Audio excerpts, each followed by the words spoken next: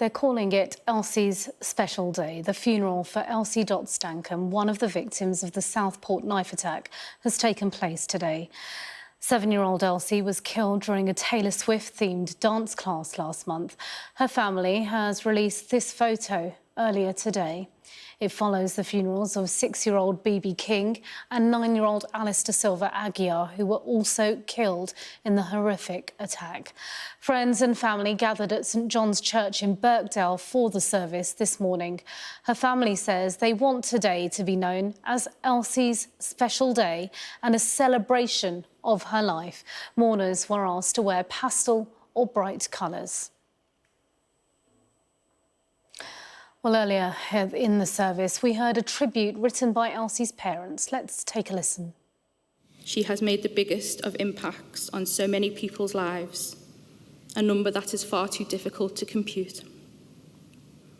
Her legacy remains here on earth, in you, her parents, in Rosie, in her grandparents, her cousins, her aunties, uncles and friends. Your beautiful, perfect little girl made you her mummy and daddy, and that can never, ever be taken away. Elsie was a gift given to you and to her sister, and she made your lives immeasurably joyful. Our North of England correspondent Charlotte Leeming has more from Southport.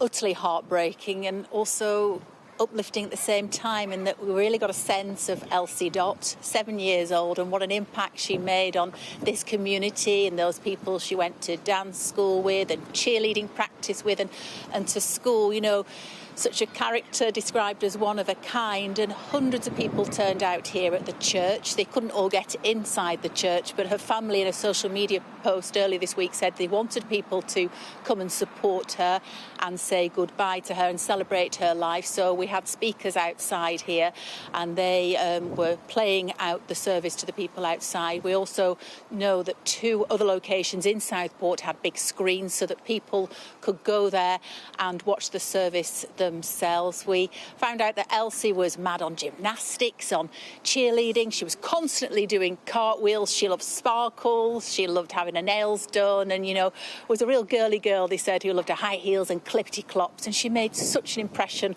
on those around her. Her family described her as honest, kind, persistent, and most of all, loving. And we heard how Elsie loved all those things about music and dance, which we saw reflected in the service today. But her proudest moment amongst everything she'd done was that she was a big sister to little sister Rosie, and her family said she doted on Rosie. She really looked after and mothered her. And when Rosie was born, the family became 4 best friends, always there for one another, and they spent so much time together and lived life to the full. We also heard from Merseyside Police as well, which was very moving. We know they formed, you know, a lovely relationship, because Merseyside Police, of course, were there when this tragedy happened, and the Deputy Chief Constable, he paid tribute to the family and said they really have shown a lot of grace and strength in such dark days, and he said that they would continue to support the family.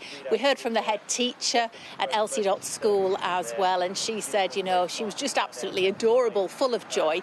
And Elsie's dad was a postman, and each day he would deliver some post to the school, and Elsie was allowed a little time to run out and see her dad, and she looked forward to that. We know when the service ended here that there was a special tribute going through the town. The family in their funeral procession were passing the town hall. Well, that massive tribute to all the 3 girls has sort of sprung up in the days after that tragedy, and now has become this massive tribute to the girls with teddies, balloons and cards and flowers. And there was a special tribute from the Royal Mail there, because Elsie's dad is a postman, so we saw vans join that procession. I mean, just extremely significant and relevant to Elsie and her family, and that's what's felt very special here today.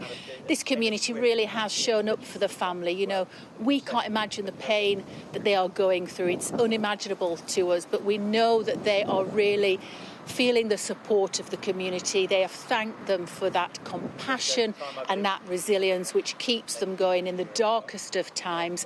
They are going to a special private service with very close friends and families, away from the cameras, away from the public, to mourn their little girl. This is a dark day, but one that they said they really wanted to celebrate Elsie Dot. They said her sparkle will continue to shine.